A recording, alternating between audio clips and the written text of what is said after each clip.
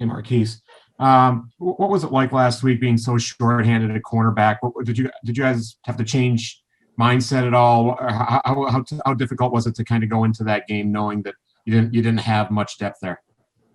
I don't really see too much difficulty at all because just the way that we practice and the way that Coach Smith coaches us is like tough mentality, tough mindset. So and like whatever it takes to win. So regardless of depth or what, we just go in there with the same mentality that we got to dominate and this is what we have to do to win. And that's just the approach we take. Otter Snyder. Hey, I'm just wondering how Tariq has been, kind of what his role's been these last 3 games, not playing, but how is he maybe helping you guys on the sidelines and between series and things like that? Kind of like just what I was referring to with Donnie's question. It's nothing's really changed. He's a leader in the room, so he's still taking a leadership role very seriously. He still practices with us, make sure we practice hard, and for now, he shows us what to do. And he's very like hands on still, and he's just everything's still the same. It's just not really too much change at all. If anything. New bias Wilborn. Obviously, you're a defensive guy, but what did it mean to you guys to see Sean Clifford perform the way that he did, especially on that first drive, getting things going? Michigan game you're talking about? Yeah, Michigan game, yes.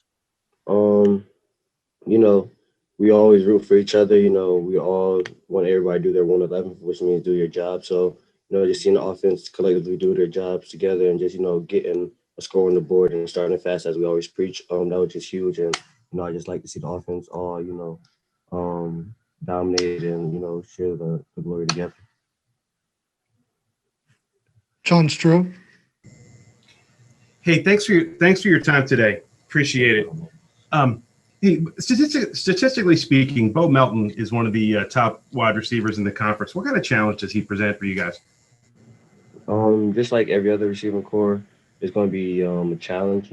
Big Ten isn't too easy at receiving core no matter which team you face. But we did a pretty good job this season with containing the receiver cores and not letting them get their usual or average amount of yards per game. So that's the game plan to just keep doing our jobs, and that's the outcome that usually happens when we do our job.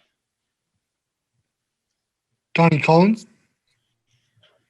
Marquise, I think Michigan had something ridiculous like 3 passes of more than 10 yards against you guys. I don't know if I've ever seen that before, and that's a pretty good receiving core. Why were you guys able to have that much success against them? Like I've been saying, nothing really changed the whole season. It's just that, as the season kept getting difficult and the adversity kept hitting, we just honed into the little things just a little bit more and just, just being real sticklers about, film tape and just trying to get the little details right. And I finally just seen on film that it clicked, like everything that we worked on collectively and then just even getting down to the nitty gritty details, they're all coming together. And, that's the product of what we have been the whole season. But, it's just great to see it on film and just keep building off of it. Snyder. I want to go back to your signing class, and when Penn State brought you 4 corners in, it was kind of a bit of a statement because they thought they had 4 really good corners. What did you guys know about yourselves at that point in terms of, the early success, seeing all 4 of you guys on the field so far? Is that kind of what you expected, or how does it kind of go when you look back to, just maybe does it feel like signing was forever ago for you? It kind of signing doesn't feel forever ago, but as I reflect and as January approaches, I'm gonna be a junior, academically, so it kind of is forever ago. But Coach Smith talked to us. He's told us that the corners in there that are before us is going to graduate and they won't have a chance to play. But knowing that I had a chance to play and I have to earn it, but having this many opportunities and chances, I didn't expect it to be like this. I thought I thought it'd be just a little bit more like seniors and just older guys just competing against them. It's just like more of my class, and we're all competing against each other. Donnie Collins. Marquis, how has your game developed over the last year?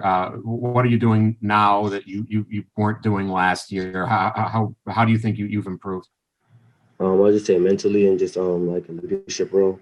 Just like age wise, I'm one of the next oldest in the room, so just understanding that and just having to just be a leader and just give guys just what I know and just being just a helping hand for them. And last year I was just kind of young and just playing and trying to learn the defense, but just knowing what I got to do specifically. But now understanding like the whole game and the whole defense and offenses and what they're processing is just like it's just another step in my game. Audrey Snyder. On a different note here, Jesse spoke very highly of the Victory Monday meal earlier today. He said it was really good. What was your favorite part of the meal?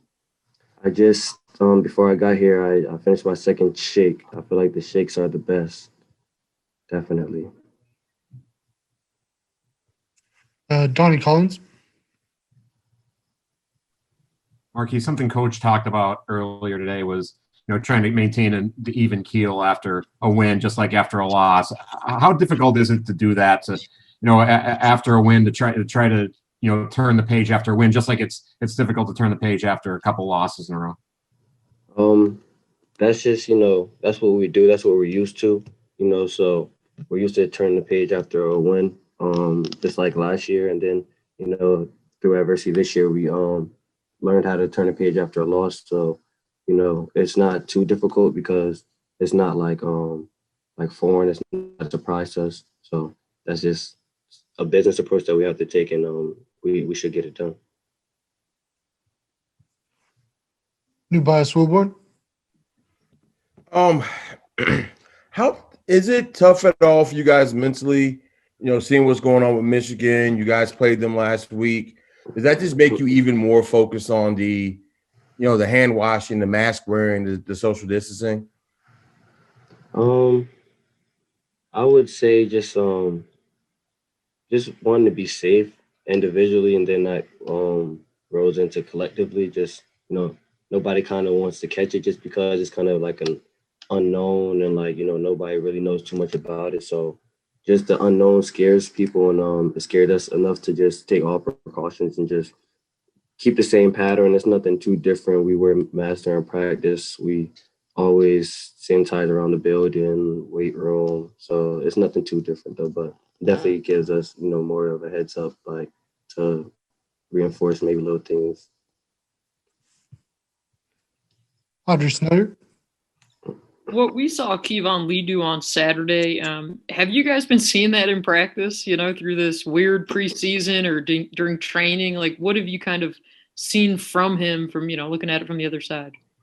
From both of the young backs, we've seen growth throughout, like I said, the adversity. Noah Canning, Journey Brown is doing a good job just at practice every day, just giving them the wisdom that they can give them, being hands-on and just showing them and just, leading them in the right direction. And every day during practice, you can see a step of growth, as we say, like 1% better. And I think as y'all can see on Saturdays as well, like each and every day, each and every Saturday, he gets or both of them gets at least 1% better, and they all take strides to be better each and every week. Donnie Collins. Kind of on the same note, what do you see from Parker Washington that makes him kind of a little bit different of a receiver than other guys you faced?